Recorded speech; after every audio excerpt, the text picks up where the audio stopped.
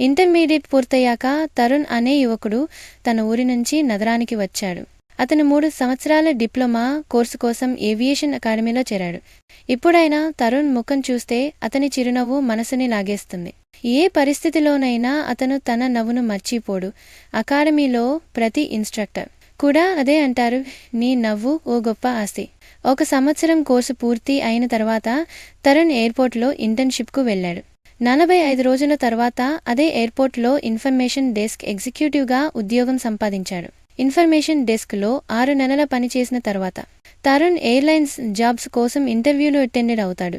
చాలా స్ట్రగుల్ అయిన తర్వాత అతను టాప్ ఎయిర్లైన్లో సెక్యూరిటీ ఎగ్జిక్యూటివ్గా జాబ్ పొందాడు. 2 సంవత్సరాల తర్వాత తరుణ్ ఎయిర్లైన్ ఉద్యోగాన్ని వదిలి విజిట్ వీసాపై దుబాయ్ వెళ్ళాడు.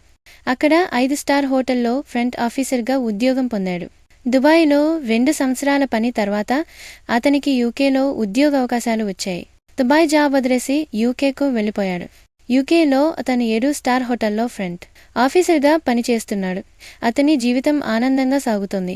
1 సంవత్సరం తర్వాత తరుణ్ తన సోల్మేట్ని వివాహం చేసుకున్నాడు. ఇది ప్రేమతో మొదలైన ప్రేమ కమ్ అరేంజ్డ్ మ్యారేజ్. ఇద్దరు యూకేలో ఉద్యోగాలలో సత్తా చాటుతున్నారు. తరుణ్ తన మనసులో కలలు కనినట్టు జీవిస్తున్నాడు. అతని తల్లిదండ్రులు కూడా అతనికి మద్దతుగా నిలిచారు. ఇప్పుడు తరుణ్ కుటుంబం మొత్తం ఆనందంగా ఉంది.